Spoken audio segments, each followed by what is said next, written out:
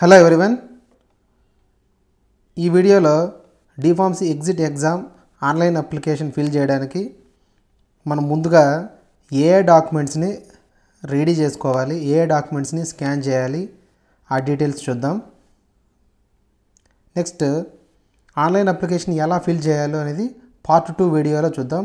Part 2 video లింక్ని డిస్క్రిప్షన్లో ఉంది, చూడండి ఒకసారి.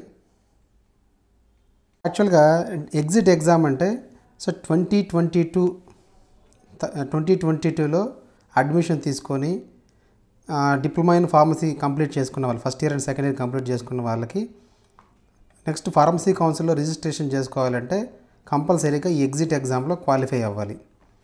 సో ఈ ఎగ్జిట్ ఎగ్జామ్లో మనకి ఫస్ట్ ఎవరు కండక్ట్ చేద్దాం, NBEMS national board of examinations in medical sciences అనేవాళ్ళు యాక్చువల్ కండక్ట్ చేస్తున్నారు. దీనికి వెబ్సైట్ ఇది natboard.edu.in. సో యాక్చువల్గా వాళ్ళు ఇచ్చిన నోటిఫికేషన్ ప్రకారం D Pharmacy exit exam yearly 2 times conduct చేస్తారు. సో నెంబర్ 1 మార్చ్ అండ్ ఏప్రిల్లో ఒకసారి కండక్ట్ చేస్తారు, సెప్టెంబర్ అండ్ అక్టోబర్లో ఎవ్రీ ఇయర్ కండక్ట్ చేస్తారు 2 times. సో మనం లైఫ్లో ఎన్నిసార్లు అయినా రాసుకోవచ్చు క్వాలిఫై అయ్యేంత వరకు.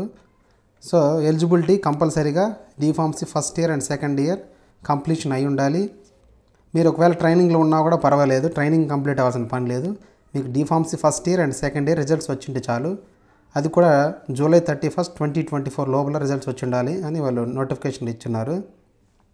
ఓకే, సో నెక్స్ట్ 2022 బ్యాచ్లో మాత్రం జాయిన్ అవ్వడానికి మాత్రమే ఇది ఎగ్జిట్ ఎగ్జామ్ ఉంటుంది. సో కొందరు అడుగుతున్నారు 2021లో జాయిన్ అయ్యాము, బట్ మేము ఒక 1 year డీటెయిన్ అయ్యి మళ్ళీ ఇప్పుడు రీసెంట్గా పాస్ అవుట్ అయ్యాము, మేము రాయాలా వద్దా అని అడుగుతున్నారు.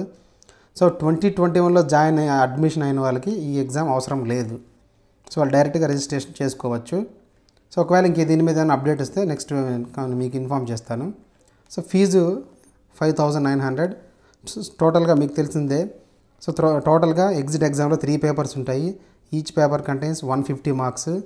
సో ఈచ్ పేపర్లో ఇండివిజువల్గా మనం 50% మార్క్స్ అంటే 75 marks కంపల్సరీ రావాలి క్వాలిఫై అవ్వాలంటే. సో ఆల్ 3 పేపర్స్ని అట్ ఏ టైము మనం క్వాలిఫై అవ్వాలి. ఒక్క పేపర్ మనం క్వాలిఫై కాకపోయినా నెక్స్ట్ అటెంప్ట్ మళ్ళీ రాయాల్సిందే, మళ్ళీ అన్ని 3 papers మళ్ళీ ఎగ్జామ్స్ని అటెంప్ట్ చేయాల్సిందే. సో అది condition. So next 2024 October notification release చేశారు అక్టోబర్ ఎగ్జామ్కి. సో అప్లికేషన్స్ ఆల్రెడీ స్టార్ట్ అయినాయి 24th August, మీకు తెలిసిందే. So application end date 13th September. So ఒకవేళ మీరు ఏదైనా ఎడిట్ చేసుకోవాలనుకుంటే 16th, 17th and 18th September chance ఉంది. సో నెక్స్ట్ September 24 and 25లో only photograph, signature, thumb impressions మాత్రమే అప్డేట్ చేసుకోవచ్చు, రిమైనింగ్ డీటెయిల్స్ అప్డేట్ చేయలేము. సో మీకు September 30th మీకు హాల్ టికెట్స్ అంటే అడ్మిట్ కార్డ్స్ రిలీజ్ చేస్తారు, డౌన్లోడ్ చేసుకోవాలి. సో ఈ date of exam 3rd October, 4th October and 5th October.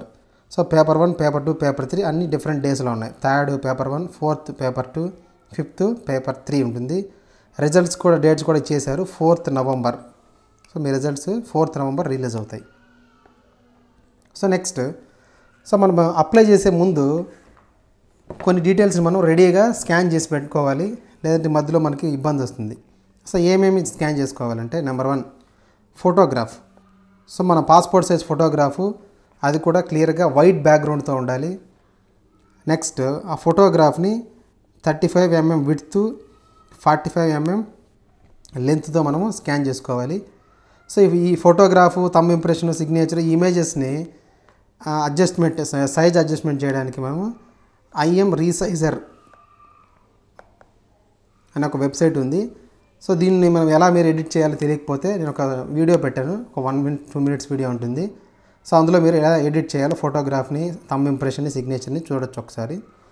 Next సిగ్నేచర్ని కూడా మీరు స్కాన్ చేసి పెట్టుకోవాలి. సో సిగ్నేచర్ స్కాన్ చేసి పెట్టుకోవాలంటే మీరు ఒక వైట్ పేపర్ తీసుకొని, స్కేల్ తీసుకొని, అందులో ఫస్ట్ ఏం చేయాలంటే 3.5 centimeters ఒక లైన్ గీయాలి. నెక్స్ట్ 1.5 centimeters విడ్త్తో ఒక బాక్స్ తీసుకొని ఇలా ఆ బాక్స్ లోపల సైన్ చేయాలి, బాక్స్ ఇన్సైడ్ మాత్రమే సైన్ చేసి ఆ పేపర్ మీద ఉన్న సిగ్నేచర్ని ఆ బాక్స్ సహా మీరు స్కాన్ చేసుకొని రెడీగా పెట్టుకోవాలి. నెక్స్ట్ సేమ్ థంబ్ ఇంప్రెషన్ కూడా అంతే. విడ్త్ 3.5 సెంటీమీటర్స్, లెంత్ 1.5 సెంటీమీటర్స్తో ఒక బాక్స్ని మీరు ఇలా ఒక వైట్ పేపర్ మీద గీసి అందులో బ్లూ ఆర్ బ్లాక్ ఇంక్ ప్యాడ్లో మీ లెఫ్ట్ థంబ్ ఇంప్రెషన్ని మీరు ఏం చేయాలంటే తీసుకొని ఈ బాక్స్ మధ్యలో థంబ్ ఇంప్రెషన్ని వేయాల్సి ఉంటుంది. వేసి ఈ థంబ్ ఇంప్రెషన్ని బాక్స్తో సహా మీరు స్కాన్ చేసుకొని రెడీగా పెట్టుకోవాలి.